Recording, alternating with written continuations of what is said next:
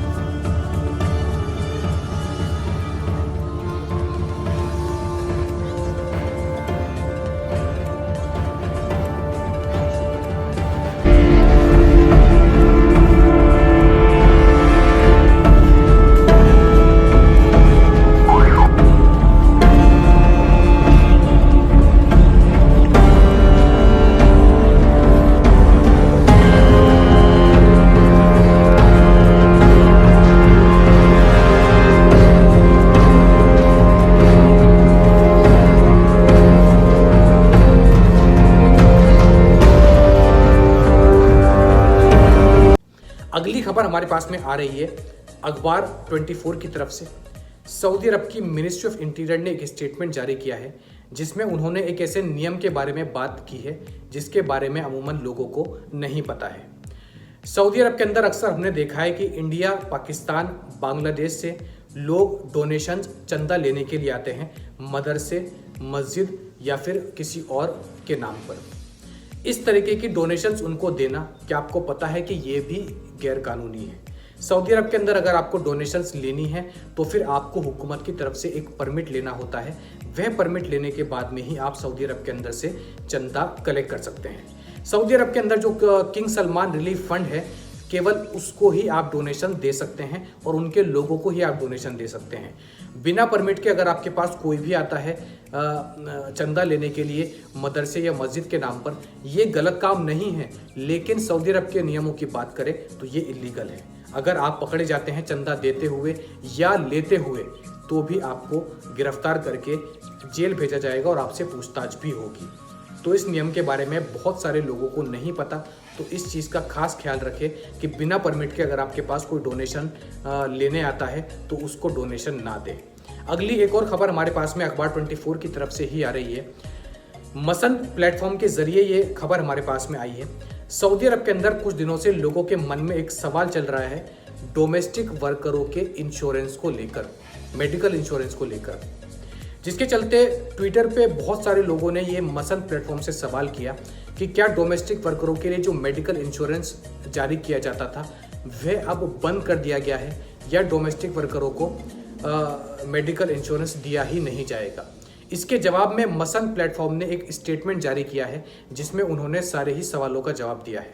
उन्होंने बताया कि जितने भी लोग सऊदी अरब के अंदर डोमेस्टिक वर्कर की वीज़ा पर रह रहे हैं और उनके मेडिकल इंश्योरेंस एक्सपायर हो गए हैं तो उनके मेडिकल पॉलिसी जो है वह रिन्यू नहीं कराई जाएगी। और जो भी लोग नई वीज़ा पर आते हैं सऊदी अरब के अंदर डोमेस्टिक वर्कर की वीज़ा पर, उनको भी फ़िलहाल मेडिकल इंश्योरेंस नहीं दिया जा रहा है, क्योंकि मसन प्लेटफॉर्म इस टाइम पर मेंटेनेंस पर चल रहा है, यानी कि इन मेडिकल इंश्योरेंस को और बेहतर बनाने के लिए उस पर काम किया जा रहा है। तो फिलहाल इस सुविधा को रद्द कर दिया गया है और आपका मेडिकल इंश्योरेंस अगर एक्सपायर है तो वह रिन्यू नहीं होगा और नया मेडिकल इंश्योरेंस भी नहीं जारी कर सकते। अगली खबर हमारे पास में आ रही है जो पब्लिक रिलीफ फंड शुरू किया गया था किंग सलमान रिलीफ फंड की तरफ से। गाज़ा और फिलिस्तीन के लोगों के लिए ये मदद भेजी जानी है। इस पब्लिक रिलीफ फंड में 2 दिनों के अंदर सऊदी अरब से केवल 250 मिलियन रियाल की रकम जमा की जा चुकी है। जुम्मे के दिन तक ये रकम 198 मिलियन रियाल थी और केवल जुम्मे के दिन ही ये जो रकम है 250 मिलियन रियाल का आंकड़ा क्रॉस कर चुकी है, जिसको अगर हम रुपीज़ में कन्वर्ट करें तो लगभग 60 से 70 करोड़ की ये रकम बैठती है। तो 2 दिनों के अंदर इतनी बड़ी रकम का इकट्ठा होना ये काफ़ी अच्छा बताया जा रहा है और सऊदी अरब में लोगों ने दिल खोलकर पैसा जो है इस रिलीफ फंड में फ़िलिस्तीन और गाज़ा के लोगों के लिए दिया है, क्योंकि उनको सख्त ज़रूरत है। तो आप भी अगर फ़िलिस्तीन और गाज़ा के लोगों की मदद करना चाहते हैं तो सऊदी अरब के अंदर से सहम वेबसाइट पर जाकर, सहम पोर्टल पर जाकर आप अपनी तरफ से जो भी मदद आप करना चाहते हैं वह दे सकते हैं। तो ये थी आज की कुछ अहम खबरें नेपाल और सऊदी अरब से जुड़ी हुई। ऐसी ही खबरें मैं आप लोगों तक डेली लेकर आता हूँ। खासकर सऊदी अरब के अंदर कोई भी नया कानून आता है या फिर किसी पुराने कानून में कोई बदलाव किया जाता है तो उसकी अपडेट सबसे पहले मैं आप लोगों तक देता हूँ। हमसे जुड़े रहने के लिए हमारे चैनल को सब्सक्राइब करना ना भूलें और वीडियो पसंद आई हो तो वीडियो को लाइक भी कर दें। मैं ताहा नसीम अब आपसे इजाज़त चाहता हूँ। इंशाल्लाह कल आपसे फिर मुलाकात होगी मज़ीद खबरों के साथ। तब तक अपना ख्याल रखें।